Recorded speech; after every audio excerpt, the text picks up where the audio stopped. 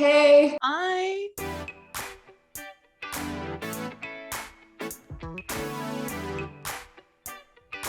my dog's sleeping behind me, so hopefully she doesn't get up and bark. maybe we'll get a cameo with the dog. Yeah. Yeah, whatever, no worries. Cool. So just a little bit of context. I work at a big tech company. I mean, our design team is now, if you include the brand team, we're like 200. It's quite big. And then the company, it's like I think around 6,000 people. So, and I've worked at a startup before, probably like really early on in my career, maybe like 8 or 9 years ago at this point. And I just thought it'd be so interesting to learn about what it's like working as a designer at a startup because I haven't done that in a long time. And I think there's a lot of great career opportunities for people to work at startups. And I'm just personally interested in startups. So I'm doing a video series interviewing people who work designers at startups. And we connected because of that, actually, just through a call out I made on Twitter. So I'm so glad you did that. But Vanessa, just to kind of kick things off, could you tell everyone a little bit about you and your story getting into design? Yeah, for sure. Thanks so much for having me. So I'm Vanessa, and I'm the lead product designer at a company called Humanly. It's really small, 20 people, and we'll kind of go into a little more about that. But I think like a lot of people, my path into design was just like really winding. So I won't go too far back, but I like thought I wanted to be a lawyer. I studied poli sci, and at the end of my senior year, I had an ex-boyfriend who like started a startup essentially. And so I was living with them. I was kind of learning about what it's like, what a startup is, and all the things that go into it, like problem solution. And so I kind of found out, he started asking me, like, oh, can you do my design deck? And like, I always kind of had a proclivity for drawing, for designing things. So I was like, yeah, sure. And it kind of slowly evolved into something where I kind of learned how to like code. I went to like a coding course at General Assembly. And I was like, I don't want to do law anymore. Like this isn't for me. And I like was working at a law firm in New York City, and I was like, nope. So I completely pivoted and I looked at like what master's programs there were around. And I ended up going to NYU has a really wacky program called NYU ITP, and kind of like the MIT Media Lab, but for people who aren't like PhDs or like researchers. So it's like kind of like a mad science laboratory where you have designers, you have engineers, you have like playwrights. It was just like, Wow, that's so cool. yeah, it was so cool. And I just got to experience like so many different like subject areas like VR, AR. And so that's kind of, yeah, how I fell into it. And then when I graduated during the pandemic. I was looking for work. And I would think this was like a year before I found out about Humanly. I reached out to the CEO, and kind of that's how we started that conversation. And that's where I'm at now. And it's my first design job. So there's Awesome. definitely been a learning curve. Yeah, congrats. That's so cool. Okay, we're going to talk about that because I want to learn more about like how you found Humanly and all that kind of stuff. Yeah. But I know a lot of people who want to transition into design. They're always considering like the educational options to get to do that. How did you decide on this program in New York? I was very methodical about it. Like I was like, is this worth like my time and my money? And I kind of did like I did a lot of market research and was like, well, I could do like a General Assembly design program. That's like, 3 weeks, being 3 months, really intensive. Or I could do like a 2-year master's program, which is obviously a lot more money. My parents weren't paying for it. And I realized that I think a big part of kind of going into the design world is the people that you meet. And I knew that I was going to be forming those connections if I went to like a 2-year program. So that's kind of why I decided to do that, like the friends, the network effects. But it was also like I did like a whole like LinkedIn scrape and see like students who went to this program, where do they end up? And I was like, okay, they're not unemployed. So Yeah, I super should smart. be good. Yeah. Yeah, yeah. I love that. I think boot camps work for a lot of people, and that's great. They also can be challenging for a lot of people also because I think it's just such a short period of time to learn like the craft of design. So 2 years, I think, is a much more reasonable amount of time to like, practice design. Very cool. Very cool. Well, let's talk a little bit more about just your career in general. Obviously, this is your first design job. That's so exciting.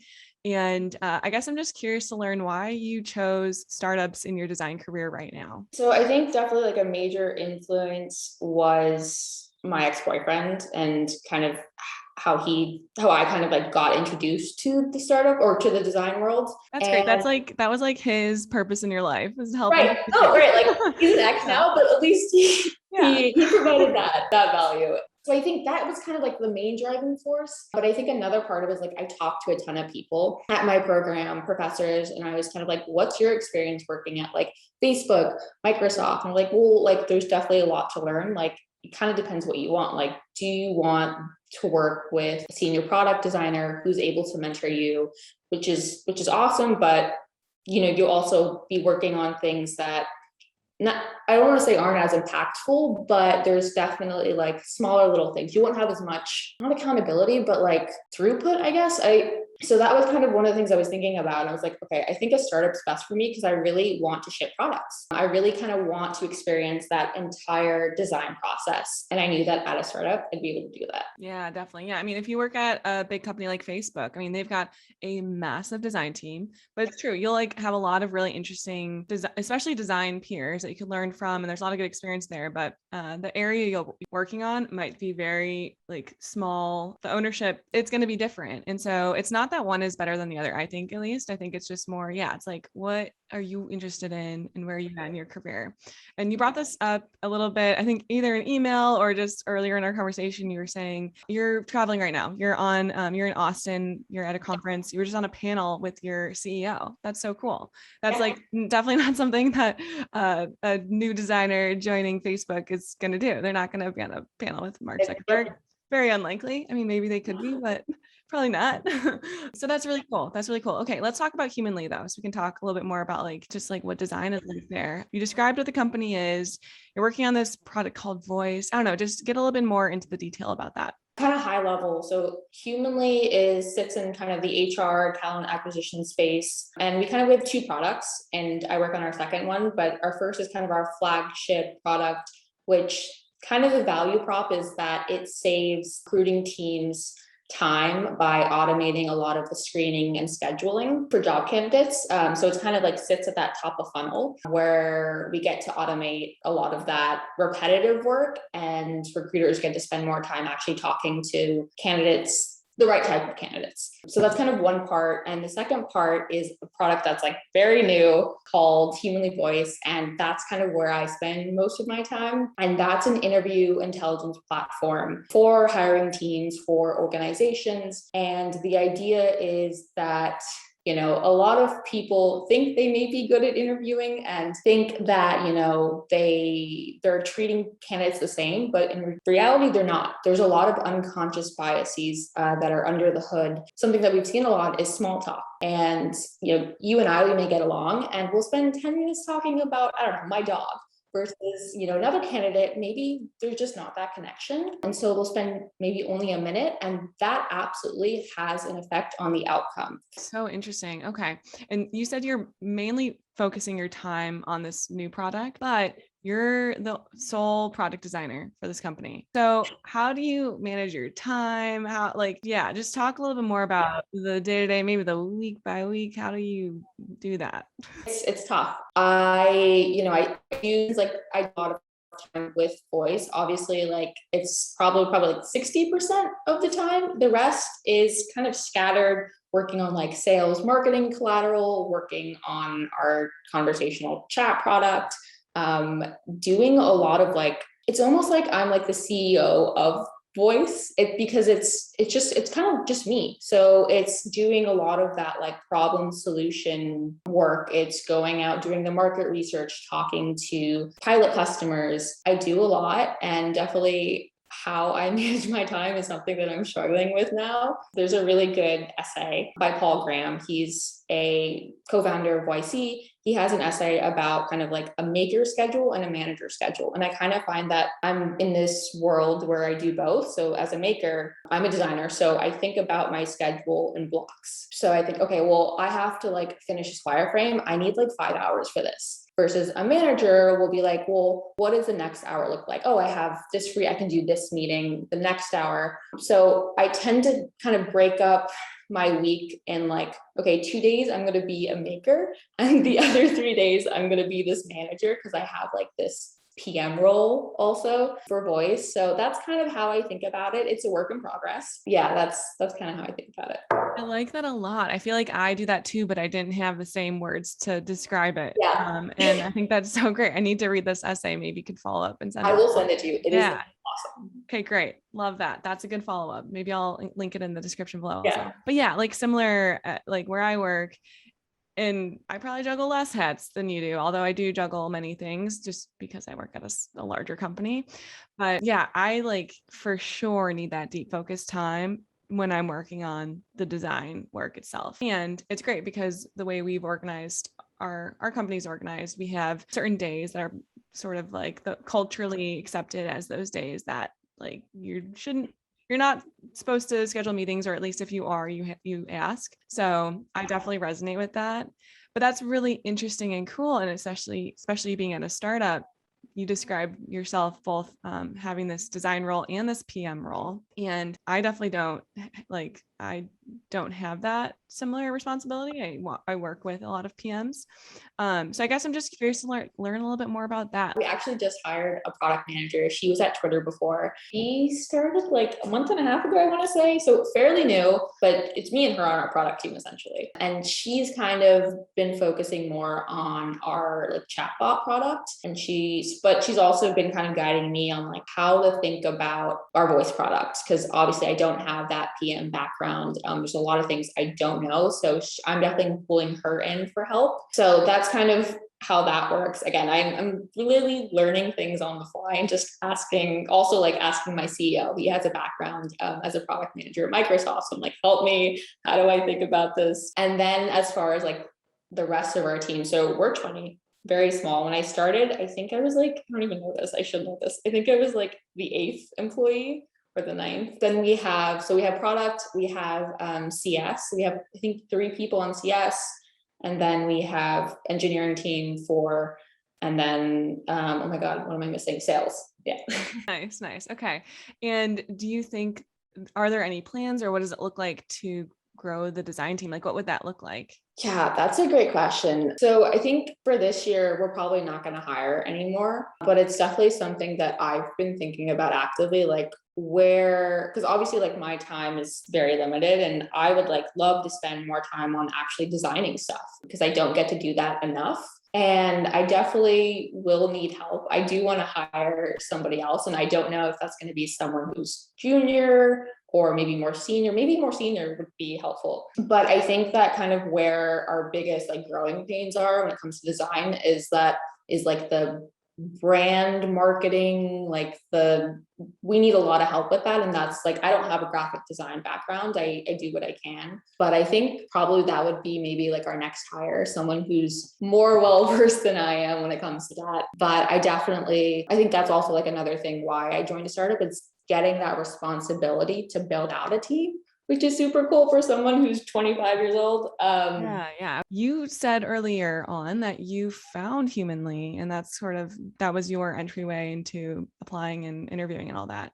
Can you just talk a little bit more about that? I think that this is like a really tough thing for people. A lot of people do struggle with finding that first job. How did you land this one? So I was in my last year at my program in NYU, and I had a few internships lined up at some pretty big companies. And then the pandemic hit and they were like, hey, we don't know what to do. This is like, we're canceling this. This is on hold. And I'm like, okay, shoot, like, what do I do? So I kind of knew, I was like, okay, let me switch gears. Let me think about like who would be hiring. And I thought startups. And like this was already kind of in my head. Like I do think I want to work at a startup when I graduate. So I basically looked at the most recent batches that came out of accelerator programs. So I looked at YC, I looked at Techstars New York. I was like, okay, what are the companies that just graduated? So I like literally got an Excel sheet.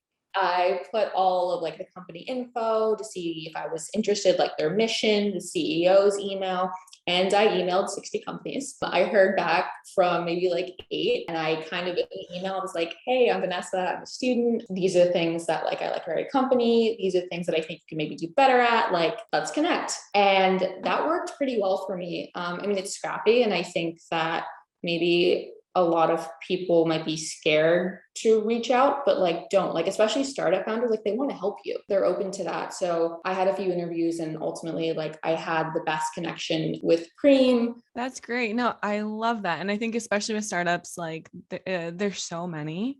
And so they're not going to have that same visibility that like a Facebook, a Twitter, like the bigger companies are going to have. So they're probably also getting a lot less people reaching out like you did. And I think a lot of it's mindset, going in confidently, as much as you can, even if it is a little bit scary. I think the worst thing is that they just don't respond. I mean, I even think a no is probably better, but like the worst is they don't respond. And you don't have any like true relationship with them anyway. It's not like someone in your life that you had like a conflict with and you're trying to resolve it and they like don't respond to you. It's like this is just like a company that you're potentially interested in. And yeah. So anyway, I feel like the stakes are low. Or stakes are low. Yeah, they are low. Right. For sure. Yeah. Right. Very cool. I guess like, I don't know, is there any more like get kind of like specific as far as like how you prepare, like what was your process? You had the spreadsheets, that was super helpful, but like it sounded like you did a bunch of research on these companies. How did you manage the actual process once you started reaching out to them? A lot of these companies, like something that I looked for is like, do they have a design team? Like how many people are they? And a lot of them didn't, right? And they didn't have anywhere on their website where they said, okay, we're looking for a product designer. So I think one of the things I was also looking for companies that didn't have that design team built out.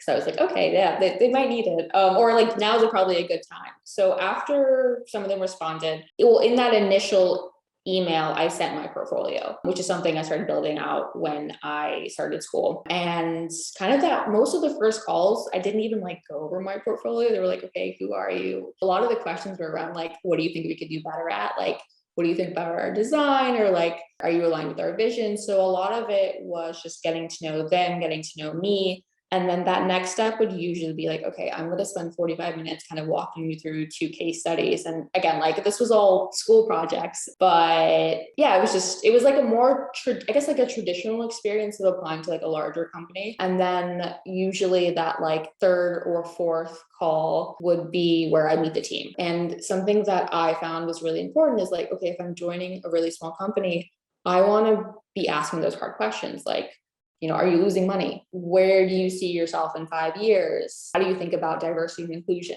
And that's actually something that was really important to me. It's like, what's the makeup of the team? And at my team, it's 50-50, so 50% men, women. So yeah, that was kind of how I navigated the interview process. And also some of the interviews I had were just like meeting with the CEO and then meeting with like the CEO. And that was kind of it. There was like 2 where they were like, yeah, we looked at your portfolio, no need to go through. And I was like, okay, interesting. Thank you. Nice. Yeah. Well, yeah, that's so great.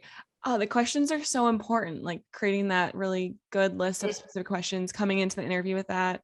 How did you come up with those, especially as they relate to startups? Yeah, so I mean, I definitely have a friend group where a lot of people have or are doing startups or work at startups. So I definitely kind of reached out to them and I was like, okay, what are the questions that I should be asking? And that really helped me think about how like I'm interviewing them also, and not just asking them like the standard like, oh, what's a day in the life, right? Because they didn't know. It's like, again, knowing like their financials are good, knowing that they have a vision for the next few years, funding and all that. Cool. So it sounds like working at a startup, super fun, super awesome, a lot of great things going on. But I'm sure there are things that are challenging too, right? So I guess I'm curious, what would you say is one of the biggest things that you're challenged most in this role? So I'd probably go back to like designing my schedule. I think that's like honestly the hardest part is since I have so many hands in different jars, it's being really intentional about my time and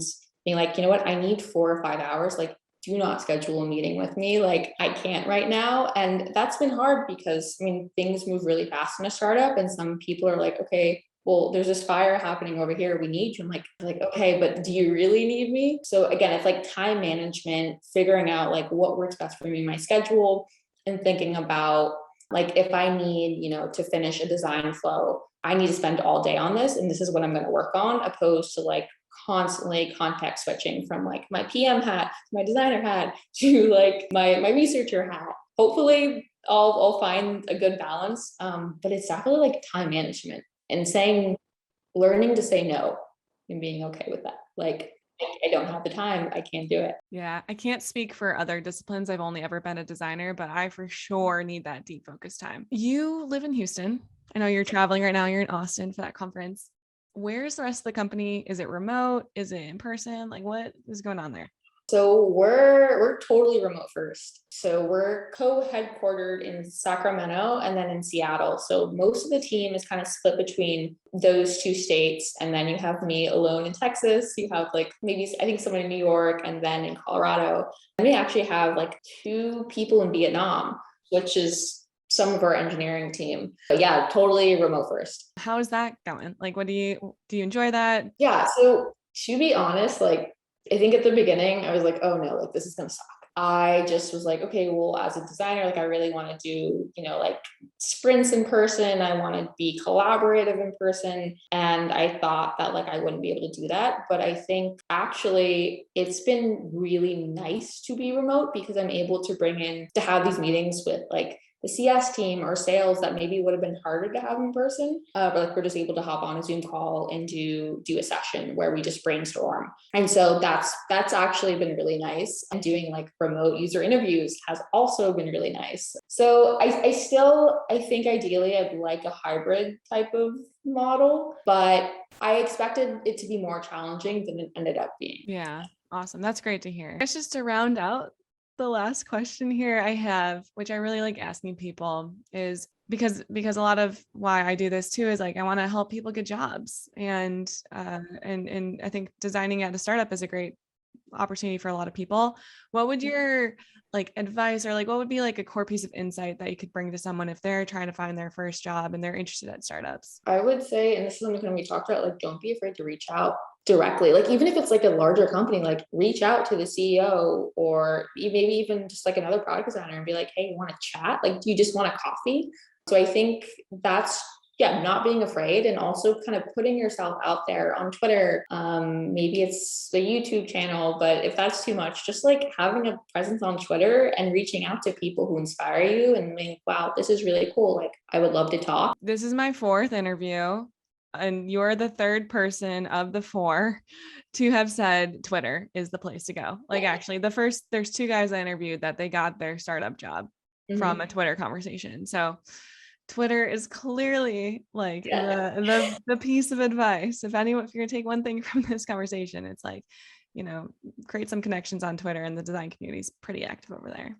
Yeah, no, 100%. There's definitely some great designers and some interesting conversations. But yeah, Twitter is I was gonna say king, but queen. Love it. Oh my God, this was so fun. I feel like we could keep chatting. No. Yeah. Vanessa, is there anything else you want to share? I mean, other than like, I don't want to scare away people like what I do, I definitely work, more than what like a traditional 9 to 5 is, but that's okay because like I really enjoy the work that I do. And I think it's also really helps, like if you're looking for a job or when you're interviewing, I think in this remote day and age, it's really important to get a sense of like, okay, well, how does this company value my time? Like, are they going to be like, yeah, you have to grind. And like, even though I do work, more than that, it's like on my own time. My CEO is like, okay, I don't want you working on the weekends. Like there's a very open culture around that. So I think that's my wisdom is like, yes, working at a startup is hard. It's a lot of work, but it's super rewarding. And you also just want to make sure that the company you're working at values your time and like knows your person and have a life like outside of work. Yeah. Make sure you write those questions, get really specific with it, and bring them to an interview, to that conversation. Yep. 100%. Yep. If anyone wanted to connect with you after this, what's the best way to do that? I'm gonna go back to Twitter. Twitter? Yeah, I would probably say Twitter, and I should know my handle. I think it's Chestnut Vanessa, Chestnut without a T. I'd probably say, Twitter or Instagram. Oh my God, this was so fun. That's it. That's all I have for today. Thank you. Yeah, no, thank you for having me. This has been awesome. Thank you. Yeah. It was so good meeting you. Yeah, you as well. Okay. Talk soon. Bye. Bye.